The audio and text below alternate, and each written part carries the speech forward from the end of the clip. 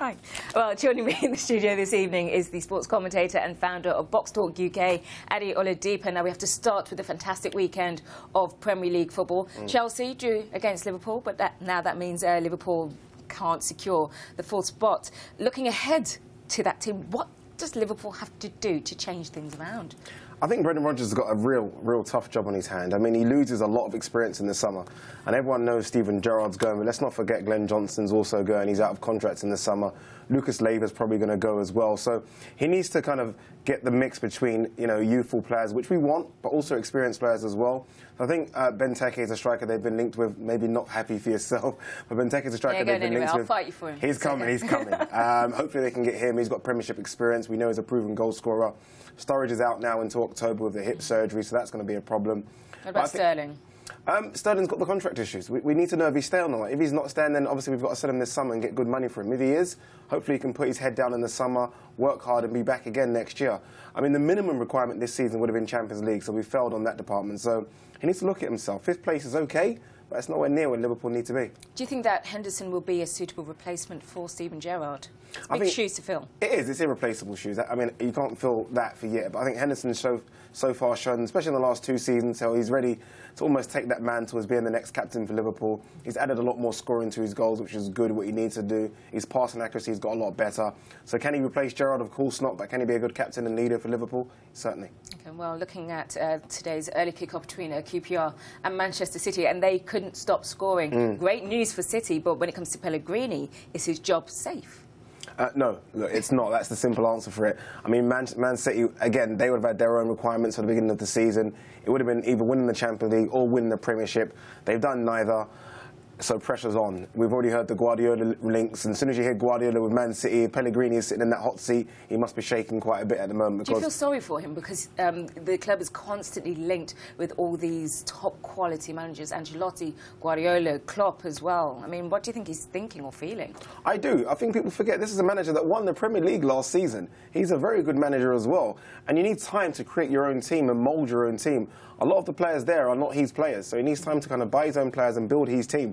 And I think that takes 2, 3, 4 seasons. That doesn't happen after 2 seasons. So, yes, the pressure is going to be on him, but is it right? Of course not. He needs to be given at least another 2, 3 more years to see what he can do with his own team.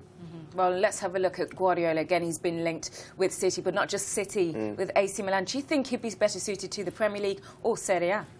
I think Serie A. I think you get a lot more time in Serie A. I think the Premier League, especially someone like Guardiola coming in. They've got a reputation to like. They've also got that kind of Saka reputation, but the Premier League, someone of his ilk coming in, they're going to say, you know, he needs to win it in the first season. He needs to win the Champions League in the first season. He's not going to get the time to build a team, what he likes to do, which he done at Barcelona, and to a certain extent what he done at Bayern Munich. I think in Milan they need a complete overhaul. They've got a lot of aging players, and I think he'll be given time there, especially with the rumours of the new owner as well offering X amount of money. I think AC Milan will suit him, but I think the money offered for Man City will be too tempting to turn down. So you don't think he'll get the same amount of time in the Premier League with City, bearing in mind that City, I know that they've said that they don't want him, but if you've got Guardiola in your camp, they're good. You're right. If you've got Guardiola in your camp, then hopefully you give him time. But I think the Premiership's this beast now where people just want results and trophies straight away. The idea of Guardiola not winning the trophy in his first season at City is almost like a failure already. So I don't think he'll be given the time. I think he'll be given the time better at AC Milan. But like I said, I think the Premiership is far too tempted to turn down. He'll love that duel with Louis van Gaal. He'll love the duels with Jose Mourinho. And I think he'll probably come. I'd love to see him in the Premier League. Oh, I'd love to see him versus Mourinho. It'd be fantastic. Oh, again, that'd be great. Moving on to La Liga and the suspension that looms over the league. What are your views on that? I mean, do you agree with certain players striking as well? 100%. I mean, La Liga is it's a league where we love to watch, but let's be honest, it's dominated by 2 teams.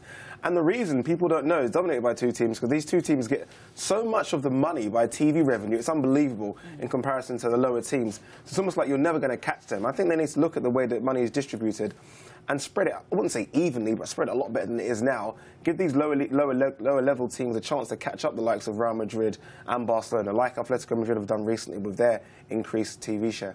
Okay, well, thank you very much.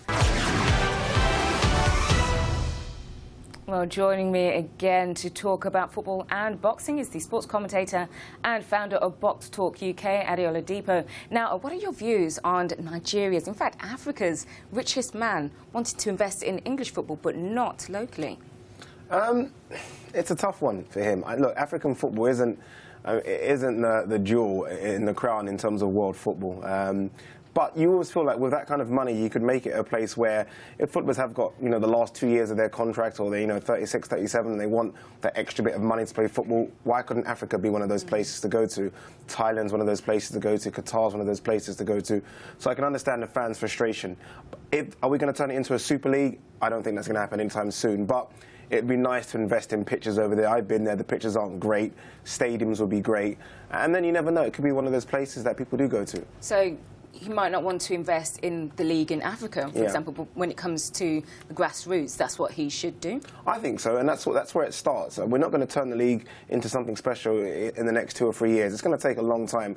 But if you can get the foundations right, get the money in there now, then who knows? Like I said, in 10, 15 years, it could be that place where, a couple of years left in your career and you want somewhere nice and hot and sunny to go to, earn a bit extra money. Africa could be that destination. OK, well, let's move on to boxing. And Golovkin wants to fight Mayweather. Tell me more about him. Is he someone that Mayweather should fear? Absolutely, yes. It's not just him. I think Golovkin fights in the middleweight division. That's 160 pounds. So to be fair to Mayweather, who is a 147-pound king, there is a difference there. So he's willing to come down, Mayweather's willing to come up. So there's a chance they could meet at 154 pounds. But nobody wants to fight this Golovkin. It's not just Mayweather. And no one wants to fight him. Why don't people want to fight him? He's got a crazy knockout streak at the moment. He's won his last 19 fights, all by knockout. He has the biggest knockout percentage in middleweight boxing history. So he's got the stats to prove it. He's an Olympic gold medalist as well. So he is the genuine monster in boxing at the moment that no one wants to fight. And it'd be great if Mayweather did actually fight him, because he could legitimately call himself the best ever. You're right. I mean, Muhammad Ali done exactly the same thing when he fought George Foreman. No one wanted to fight George Foreman. He was that kind of the knockout king as well, so to speak. Muhammad Ali fought him, won, and that kind of cemented his legacy. Mayweather's not going to do it. I'll be honest with you now, he's not going to do it. Bottom line, he's not going to fight. He's not going to happen. OK, well, moving on to Cole Froch. He was stripped of his WBA title. Can you tell us more about that, or what happened? Yeah, so basically, you get stripped of a belt when you don't fight. Cole Froch hasn't fought since May, so the WBA have said, OK, if you're not going to fight for a title, we'll rather have someone else fight for it. So he's been stripped. The only controversial thing with this is that in Cole Froch's division, there's a guy called Andre Ward, who's got called the Super Champion. He also has a belt. He's not fought for 18 months, and they've not stripped him. So people are asking, why have you stripped Cole Froch and not Andre Ward? Andre Ward is the kind of poster boy American. He's young, he's flash. So they're kind of saying maybe Cole Froch, who's 38, isn't going to fight again. Andre Ward is. Let's just let Andre Ward keep the belt. But people are not happy about it. A lot of British fans have said this isn't right. Cole Froch hasn't said he's going to retire yet, so why strip him? So, yeah, no one's happy. But if Cole Froch had to fight again, who would he fight next? This is the problem for Cole Froch at the moment. There are no opponents for him. At the stage he is in his career where he's won everything, he's made a lot of money. He just wants a money fight now. And unfortunately, in his division, the 168-pound division, there simply aren't that many money fights out there. He's not going to ever get a Manny Pacquiao or Floyd Mayweather. Doesn't anyone want to fight him? They do, but he doesn't want to fight none of the young upstarts. That's a risk. I mean, he fought George Groves twice in their first fight. You remember George Groves? It was a very close fight, put him down. He doesn't want anything like that again. He wants a big fight in America, he says. And he was supposed to fight a guy a couple of weeks ago called Chavez Jr. He lost. So that's unfortunately put a stop for Cole Froch fighting him. And there's no one out there that could just challenge him, just... Seriously? The only name mentioned is the name we just spoke about, and that's Golovkin.